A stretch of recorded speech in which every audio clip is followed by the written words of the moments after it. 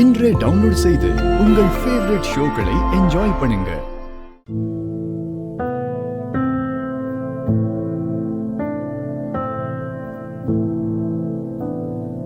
போதும் பாரதி, இதுக்கு மேலேயே அவமானப்படுறதுக்கு எதுவுமே இல்ல.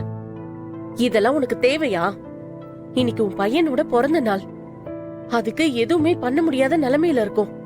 உன்னோட சொந்த வீட்ல உன்னோட எல்லா உரிமையையும் விட்டு கொடுத்துட்டு இப்படி ஒரு வாழ்க்கை உனக்கு தேவையா? வேலைக்காரங்களை விட கேவலமா உன்னை நடத்துறாங்க. இன்னைக்கு நடந்த அசிங்கத்துக்கு அப்புறம் இதுக்கப்புறமா இந்த வீட்டுலதான் இருக்கணுமா? அவகிட்ட பேசுறதுல எந்த பிரயோஜனமும் இல்ல லட்சுமி. இதெல்லாம் ஆதிக்காக தான் பண்றேன்னு சொல்லி நம்ம வாய் அடைச்சிருவா. பாரதி, தமிழ பாரு. நீ உன் புருஷனுக்காக கஷ்டப்படுற சரி, இந்த குழந்தையும் கஷ்டப்படணும்னு என்ன தலைவிதியா? தமிழ் மனசுக்குள்ள எல்லாத்தையும் மறைச்சு வச்சுக்கிட்டு உன் வார்த்தை கட்டுப்பட்டு வயசுக்கு மீறின பெருந்தன்மையோட நடந்துக்கிறா. எல்லாரும் பேசி முடிச்சிட்டீங்களா? இதை இத்தோட விட்டுருங்க. இப்ப எல்லாரும் கிளம்புங்க. எப்பவும் போல ஆதித்யாவோட பிறந்த நாள நம்ம கோவிலே கொண்டாடலாம். இவ சொல்றதெல்லாம் நம்ப முடியாது. நிஜமாதான் சொல்றாளான்னு கேட்டு சொல்லு. பாட்டி, உங்க கோவம் ரொம்ப நியாயமானதுதான். நடந்ததை மறந்துருங்களேன். வாங்க கோயிலுக்கு போலாம். இன்னைக்கு ஆதித்யாவோட பிறந்த நாள அவர் கூட சேர்ந்து கொண்டாடணும்னு நினைச்சதே நாம பண்ண பெரிய தப்பு. தேவையில்லாம ரொம்ப ஆசைப்பட்டுட்டோம். அதுக்கான பலனையும் அனுபவிச்சிட்டோம். இனிமே அதை பத்தி பேசி எந்த பிரயோஜனமும் இல்ல. பாரதி, இப்படி எல்லாம் ஆகும்னு நான் நினைச்சு கூட பாக்கல. ஆளு கிடைக்கல, வேலை ஆகணும், ஹெல்ப்புக்கு கூப்பிட்டா. அதனாலதான் நான் வந்தேன்.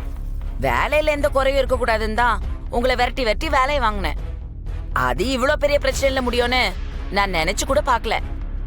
என் மேல ஏதாவது தப்பு இருந்தா எல்லாரும் என்ன மன்னிச்சுக்கோங்க. பண்றதெல்லாம் பண்ணிட்டு எப்படி நல்ல மாதிரி நடிக்கிறா பாத்தியா? சாத்தான் வேதம் ஓதிச்சா அப்படி இருக்கு பேச்சு. உலகமாக நடிப்பா இருக்குங்க. தெரியாம தான் கேக்குறேன். உங்களுக்கு எதுவுமே தெரியாதா? நீங்க வர வரைக்கும் எல்லாமே நல்லாதான் இருந்துச்சு. நீங்க எப்போ வீட்டுக்குள்ள வந்தீங்களோ அப்ப ஆரம்பிச்சது எப்படி போய் முடிஞ்சதுன்னு நீங்களே பாத்தீங்கல்ல. என்னம்மா, யார பத்தி என்ன பேசிட்டு இருக்க நீ? என்னமோ நான் ஏதோ பிரச்சனை பண்றதுக்கு வந்த மாதிரில பேசிட்டு இருக்க நீ.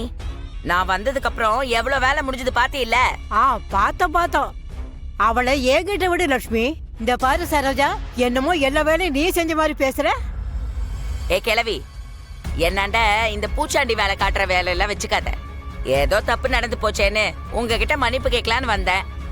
இதோ பாரு பாரதி, ஏதோ நடந்து போச்சு. இவங்க ஏதோ என் மேல இருக்கிற கோவத்துல குறை சொல்லி பேசிட்டு இருக்காங்க. விடுங்கக்கா. பாத்தீங்களா இப்ப கூட பாரதி எப்படி பேசுதுன்னு?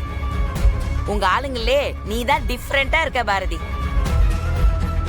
என் மேல ஏதாவது தப்பு இருக்கா பாரதி? இல்லக்கா, நீங்க கரெக்டா தான் பண்ணீங்க. அப்படி சொல்லு பாரதி. இப்ப என்ன சொல்றீங்க?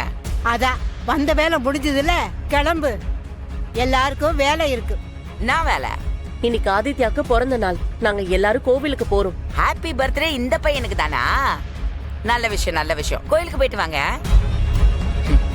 சபாஷ் சரோஜா, வந்த வேலை முடிஞ்சது.